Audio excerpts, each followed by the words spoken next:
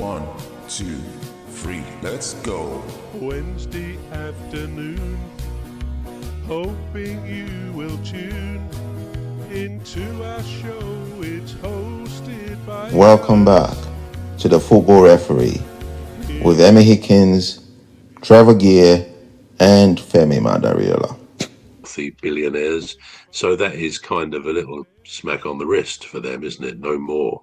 So that's probably in proportion, and I think it recognises the fact that it was a long time ago under a different regime altogether. You know, you can't really punish a club or its current owners too much if the sins were of the fathers, the sins were of previous people.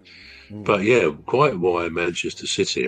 I mean, you try and look into this, and it's a bit opaque. It's a bit hard to really work out what is happening and why there are these delays. Is it political? Is it because they are a great big club and you know they must not be allowed to fail? I'm not saying they would fail about this, but maybe given how many charges there are, over 100, maybe they would have to, if they apply even a low-key punishment, given that they take points off of other clubs. Like this season, I think Leicester lost 6th in the Championship, and regularly clubs do lose points for going into administration, which is hardly an active sin. It's more circumstantial, I would have thought.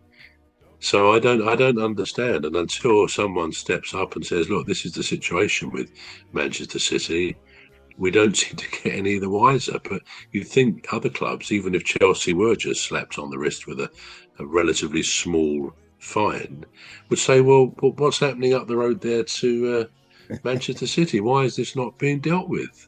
Yeah. It's a different subject, but it's what I've said fairly recently in the case of Newcastle and I think Sunderland, both great clubs up there in the northeast, but both of them, they shoved the away fans high up in the gods. You know, particularly thinking of Newcastle, St James's Park, that great stadium.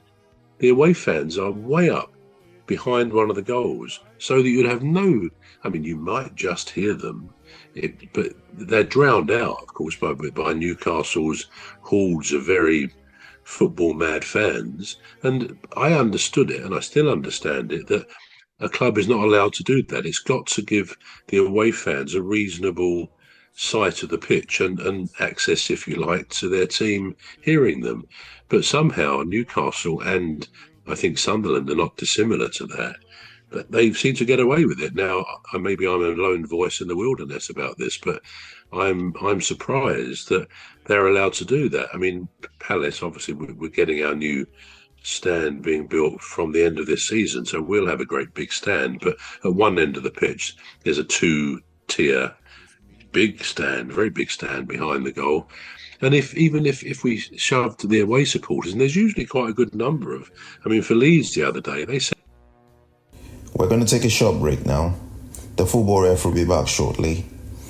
You're listening to the Football Referee with Emmy Hikins, Trevor Gear, and Femi Madariola. The Football Referee will be back shortly. Please stay tuned.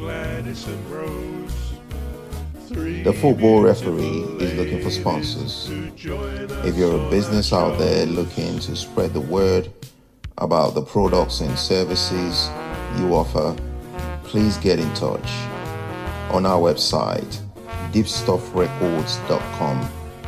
And also, if you're looking to get involved on this show, please reach out via our Facebook page, Deep Stuff Radio or Deep Stuff Records. Thank you. Say hello to old Mimi, Dr. Gladys and Rose, 3 beautiful ladies who join us on our shows. There's one other bro, sometimes joins us on the show. His contribution